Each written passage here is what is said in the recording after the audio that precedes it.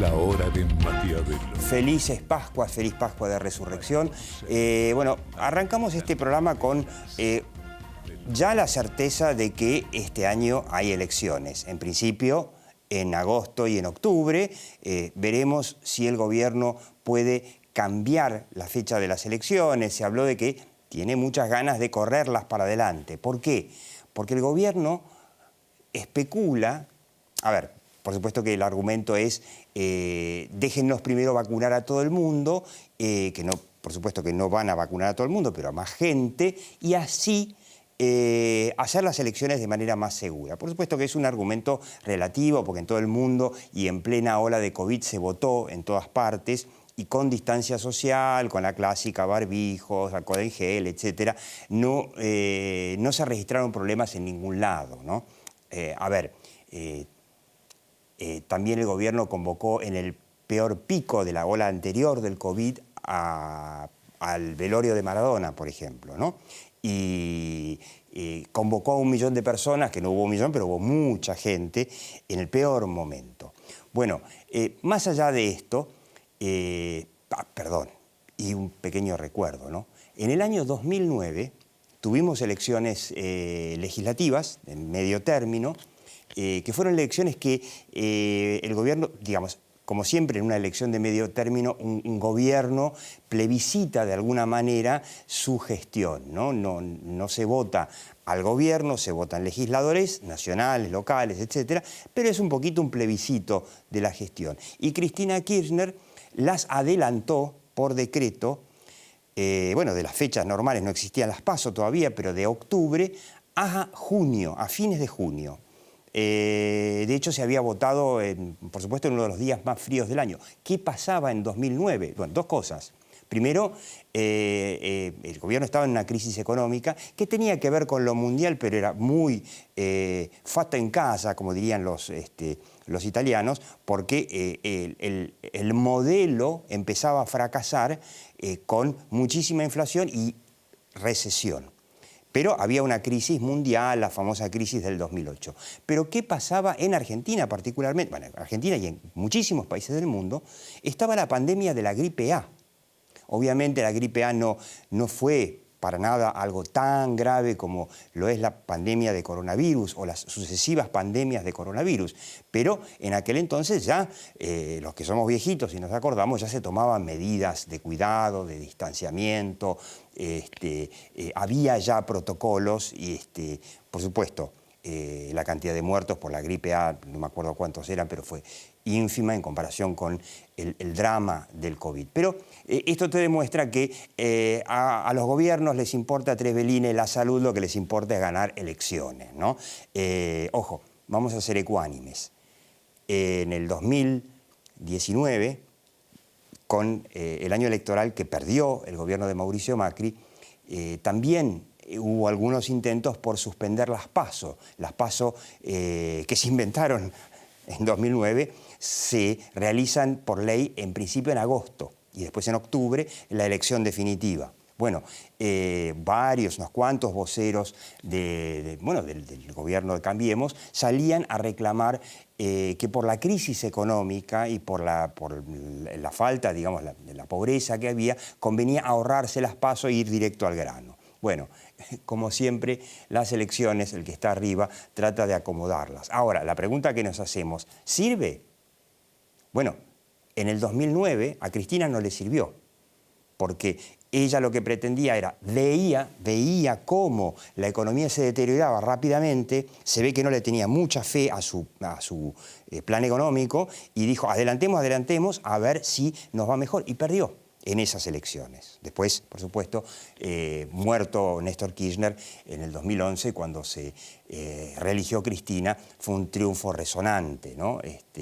La viuda Cristina Kirchner arrasó directamente, pero en el 2009 le fue mal. Así que lo que podemos decir es, como diría Minguito Tinguitela para los viejos, sé igual prácticamente. Pero brevemente, ¿cuáles son los desafíos de comunicación, si querés de relato, para los dos principales partidos en pugna? El gobierno, Frente de Todos, y Juntos por el Cambio, del PRO, radicales, coalición cívica, etc. Ahora también algunos peronistas no kirchneristas. Bueno, Juntos por el Cambio tiene un desafío. Vamos a ver si le pedimos a Nacho que nos muestre la tapa del libro de Mauricio Macri, que comentamos ya un par de veces y que finalmente terminé leyendo. Primer Tiempo, ¿no? Un libro, un clásico de la política. Te relanzás, como hizo Cristina con su Sinceramente, te relanzás con un libro, ¿no? Y vas a los programas y te preguntan, etc. Bueno, el desafío de Juntos por el Cambio en esta elección va a ser ofrecer cómo sería el segundo tiempo. ¿Qué es lo que no hizo Macri en el libro? El libro, como ya comentamos, es un raconto de su gobierno, de lo que fue y por qué, un poco también bastante de justificación de por qué no fue o por qué no pudo ser lo que se esperaba. Pero no hay un capítulo dedicado a cuál es la Argentina. A ver, ¿cuál es la Argentina que un Juntos por el Cambio nuevamente en el poder quisiera y cómo? Sobre todo ahí la pregunta más bien es cómo, porque eso es lo que falló. O sea, nadie duda que Mauricio Macri no tenía ganas de convertir a la Argentina en un país más estable, más sólido, con crecimiento, que es lo que prometió. Prometió pobreza cero, cero inflación, etc. Pero el cómo es la duda. El cómo por supuesto, en comunicación, en política y en economía. Entonces, el debate en Juntos por el Cambio, en general, todos los muchos aspirantes a alguna vez ser presidente, lo que te dicen es posterguemos ese tema para el 2023 porque en una legislativa es una legislativa. No se elige al gobierno, sino legisladores.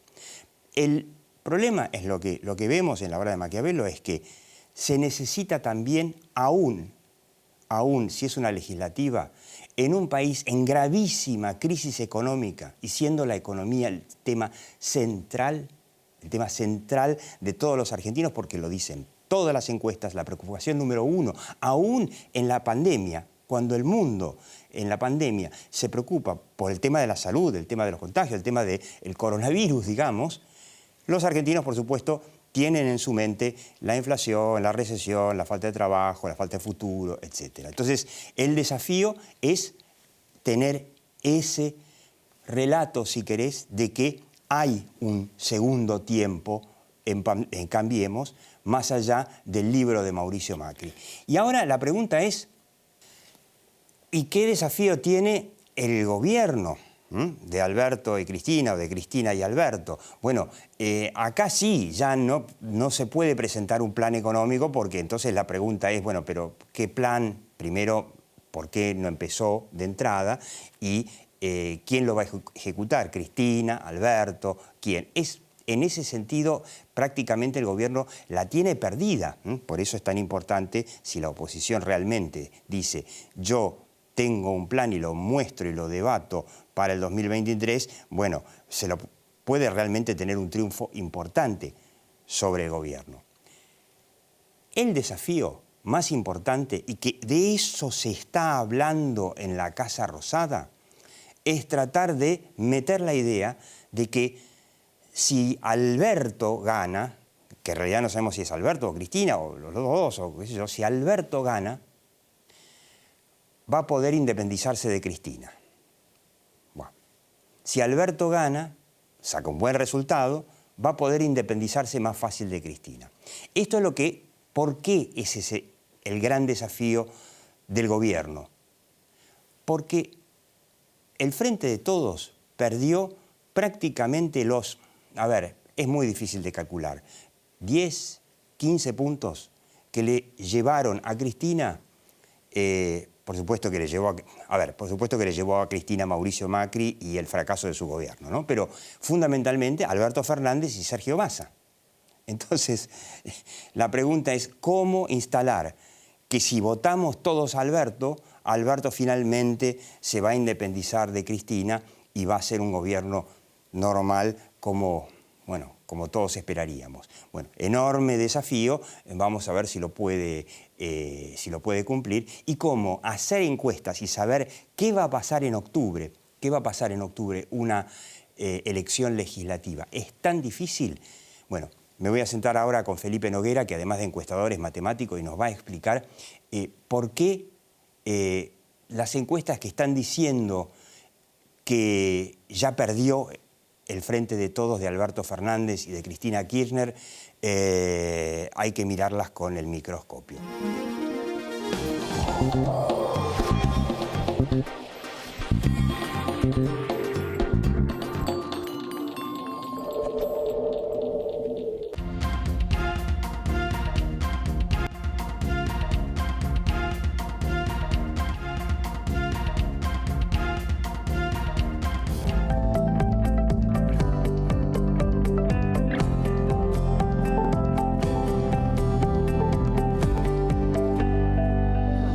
COVID-19. Empezamos a aplicar la vacuna en más de 180 puestos en la ciudad. Para saber más, ingresá a buenosaires.gov.ar/vacuna COVID. Cuidarte es cuidarnos. Buenos Aires Ciudad. En Vicente López seguimos trabajando para estar cada día más seguros. Por eso, seguimos invirtiendo en tecnología al servicio de la seguridad, sumando nuevas cámaras, renovando los chalecos de nuestras fuerzas, invirtiendo en cámaras portables y en más puntos seguros. Vivamos Vicente López.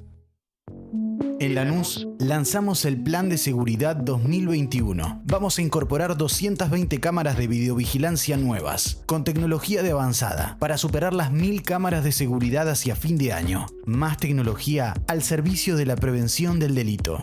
Informate en lanús.gov.ar. Lanús nos une.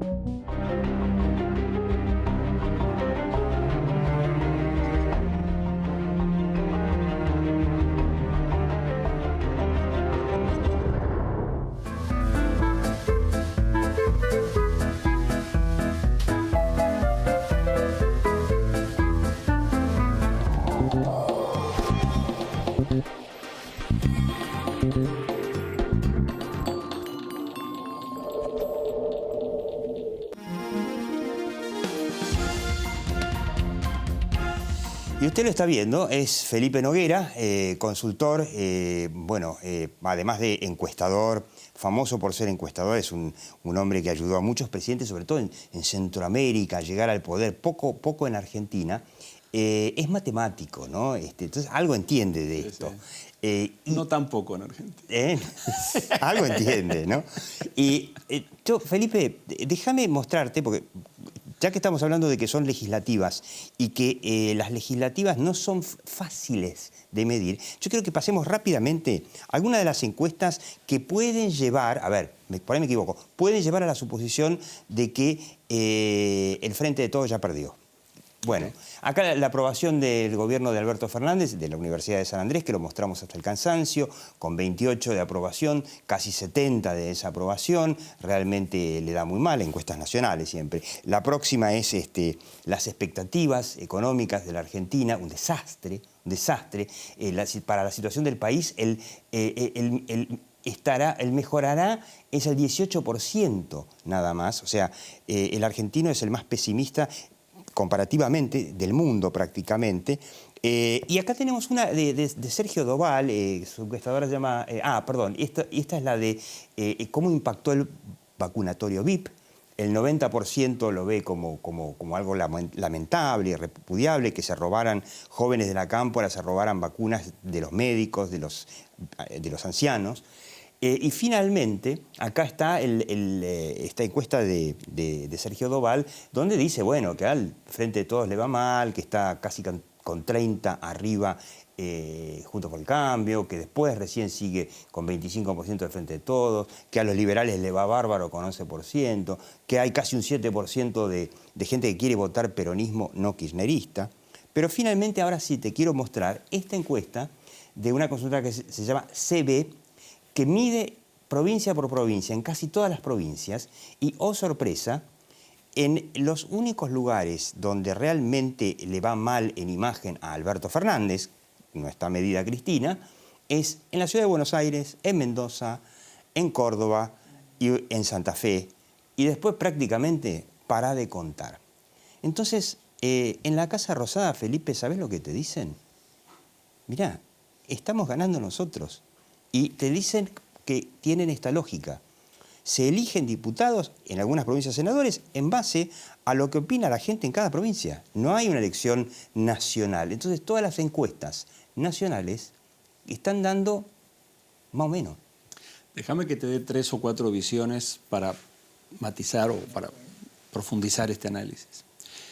En el año 82-83, cuando el gobierno militar saliente arma el diseño, digamos, de las elecciones, entre otras cosas ven, bueno, cuántos diputados hay por provincia, etc. Argentina tiene un sistema donde se calcula proporcional a la población, entonces a cada provincia le toca 1, 5, 10, 15. A cada uno se le suman 3 y si no llega a 5 se le dan 5. El efecto que tiene esa suma final es que las provincias chicas son los que arrasan. Exactamente. Y en el Senado ni te cuento que todos tienen en el Senado es peor, claro, porque se eligen 3, 2 por el que tiene más. Y era la época... todo esto, las provincias chicas, sí, donde arrasa el peronismo, te digo, Santiago del Estero, La Rioja, Catamarca, bla, bla, bla. A eso agregale que en esa época el gobierno militar se había autoamnistiado y tenía un acuerdo con el peronismo que le iban a respetar esa autoamnistía. Algo cierra de ese tema, digamos, ¿no? Entonces tenemos primero esa herencia. En segundo lugar, si nosotros miramos para atrás las elecciones de mitad de periodo y presidenciales, los últimos 10, 15 años, es muy interesante que más o menos la mitad del electorado es lo que llamaríamos peronista, kirchnerista, eso, y la otra mitad no. Y el que tiende a ganar es el que se une. Claro. Yo una vez hice un gráfico de colores y de repente me di cuenta que cuando ganaba uno es porque tenía toda su mitad llena con el mismo color y el otro dividió en colores y después al revés. Claro. Entonces es importante lo que mostrás, si sube, si baja, qué pasa en el margen. Pero la unidad o la división es muy importante. Miremos las últimas 3 elecciones de mitad de periodo. En el 2017 sacaron muchos diputados Cambiemos, porque el peronismo fue dividido, gracias Massa. Claro. En el 2013... Ahora Massa está del otro lado. Claro, en el 2013 pasó lo mismo, gracias Massa. Que también en el 2013 fue cuando Massa corre contra el peronismo en la provincia de Buenos Aires. En el 2009 se arma el frente entre Macri de Narváez y Felipe Solá. Que en la provincia de Buenos Aires le ganaron a Néstor Kirchner. A una lista que tenía a Néstor, a Scioli, a Clotilde, no sé, a Nacha Guevara y a... los testimoniales. Y a Massa. Todos juntos. Otra vez estaba Massa. Entonces, una de las preguntas que hay que hacerse no solo es cómo va en las encuestas, sino quién está unido y quién está dividido. Claro. Estamos en una situación interesante porque el peronismo parecería estar, o el gobierno parecería estar unido, pero con muchas tensiones internas, pero que no causan... ¿no? Yo una de las cosas que haría en estos meses es mirar con mucha atención qué hace Massa, porque Massa decidió las últimas, ¿no? Supongamos que Massa va a seguir, obviamente, bueno, está claro. Massa tiene mucho poder. Pero dicen que Randazzo estaría negociando una opción, auspiciada por Juntos por el Cambio, seguramente, de peronismo alternativo, porque hay un electorado peronista que no quiere votar al kirchnerismo. Y después, del lado de Cambiemos, vamos a hacer una extrapolación. ¿Somos Venezuela? ¿No somos Venezuela? ¿Vamos por el camino de Venezuela? Bueno, ¿qué pasa en Venezuela con la oposición? ¿Cuál es lo peor de la oposición de Venezuela de los últimos 20 años? Que está dividida. Claro. Hay muchos esfuerzos internacionales, con financiamiento de ya se te ocurriría quién, para tratar de unir a la oposición de Venezuela. Y la gente que se dedica a tratar de hacer el cambio democrático en Venezuela, al rato habla con cualquiera de los que haya estado metido en eso y lo que te dice es que esto les gusta más pelearse entre ellos que unirse. Entonces miremos a Argentina. ¿No será que tienen financiamiento también del propio chavismo, no? Bueno, en Nicaragua que pasa eso también, a eso se les llaman los zancudos, ¿no? Hasta tienen un nombre los que están puestos desde el poder para dividir a la oposición. Entonces, la gran pregunta para mí es ¿cuál va a ser la unidad de la oposición? Porque todo el mundo dice, qué bueno que ese 40%, 41% ahí está, que siguen unidos, digamos, Macri, Carrió, Bullrich, todos los radicales. Perdóname brevemente, ¿no? 41% no le alcanzaría para tener un triunfo porque se renuevan los diputados del 2017. En el donde 2017 Juntos por el Cambio sacó 42%, pero como el peronismo fue dividido, sacó como 60 diputados. O sea, el sistema DONT castiga muchísimo la división. El sistema DONT que conspira contra las divisiones. Y en el 2019, donde en la primera vuelta, porque cuando es presidencial, los diputados se eligen en la primera vuelta. Entonces tiende a haber una dispersión. Claro. En segunda vuelta todos se unen, sí, pero los diputados ya están. En la segunda vuelta solamente se elige presidente. Los dos... ¿Qué pasó en el 19? Scioli le gana la primera vuelta a Macri por poco, pero también el sistema DONT, cuando hay números de 30 Scioli le saca 2 puntitos, claro, pero parece que termina pareciendo una derrota fenomenal. Porque saca mucho más diputados. ¿Por qué? Porque en el sistema DONT, cuando queda otro diputado, están haciendo como la repartición, con la cifra repartidora, queda uno, bueno, va al que está arriba. Claro. Entonces, si alguien está arriba por poco en muchas provincias, liga todo. Suma eso, ¿sí? Entonces, el tema de la unidad de la oposición es importante hoy.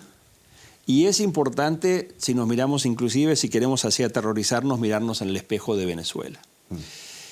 Entonces, desde un punto de vista estratégico, ¿cómo uno a la oposición y cómo divido al gobierno? Más allá de los números.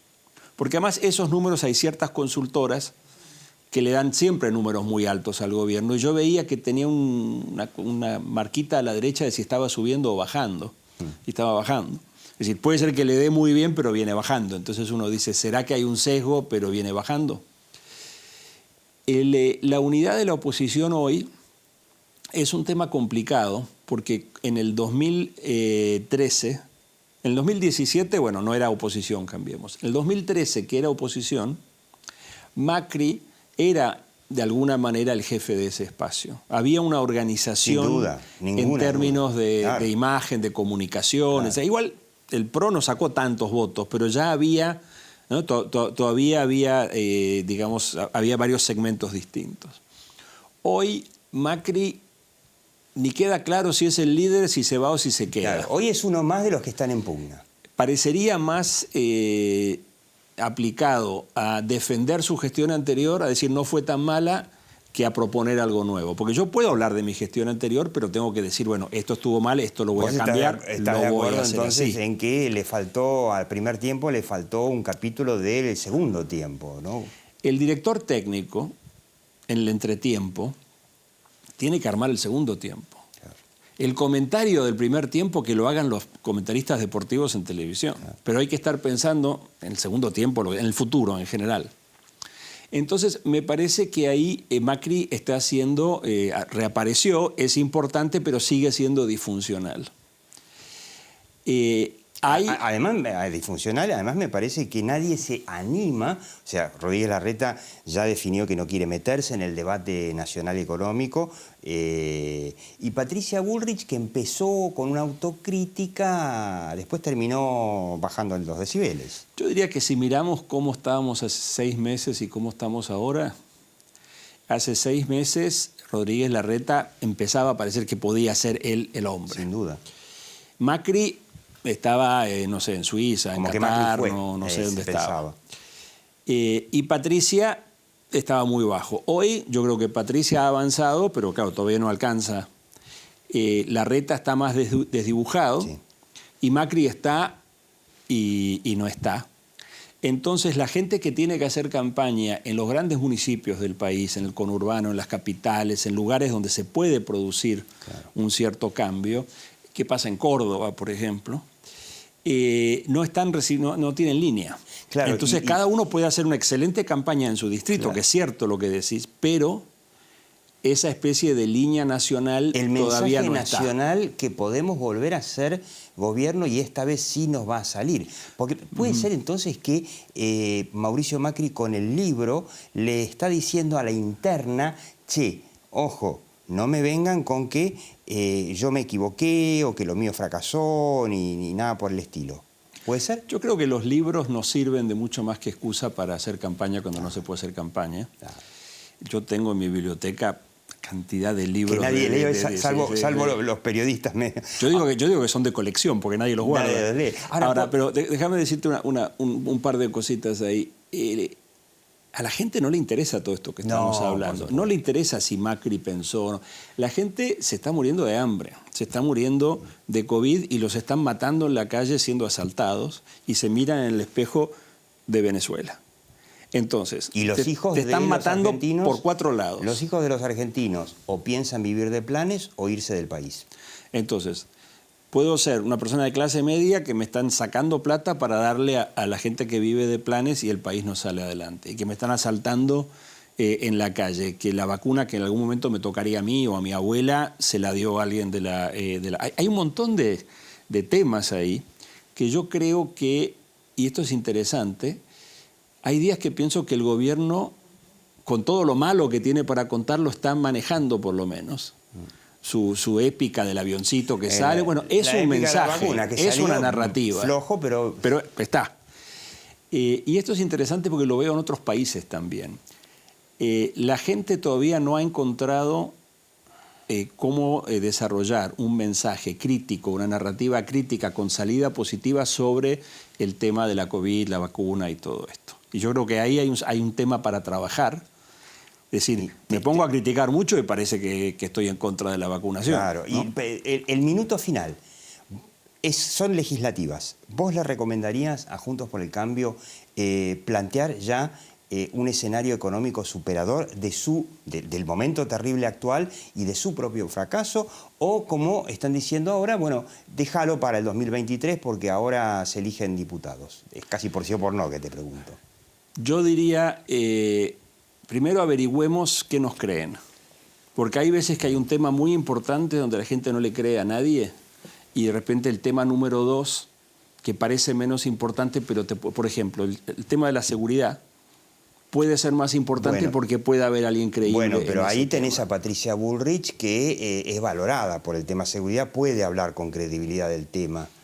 Y entre Bernie y Frederick le están ayudando, están todos jugando para Patricia. Sí, pero las encuestas hoy dan, primer tema, el económico. Claro, pero si nadie cree que alguien lo va a solucionar, pues lo que hay que averiguar es no solo cuál es el tema más importante, es como cuál es tu necesidad más importante, pero si en la necesidad más importante no hay producto, no podés comprar nada, claro. Vas a la segunda.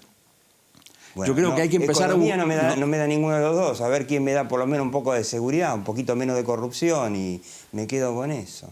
Y un tema que no mencionamos todavía que es, se viene una crisis con tensión. En los distritos donde miembros de la oposición son intendentes, gobernadores o referentes, frente a esta triple crisis que tenemos por lo menos, ¿qué va a pasar con la contención de todos los problemas sociales que vamos a tener?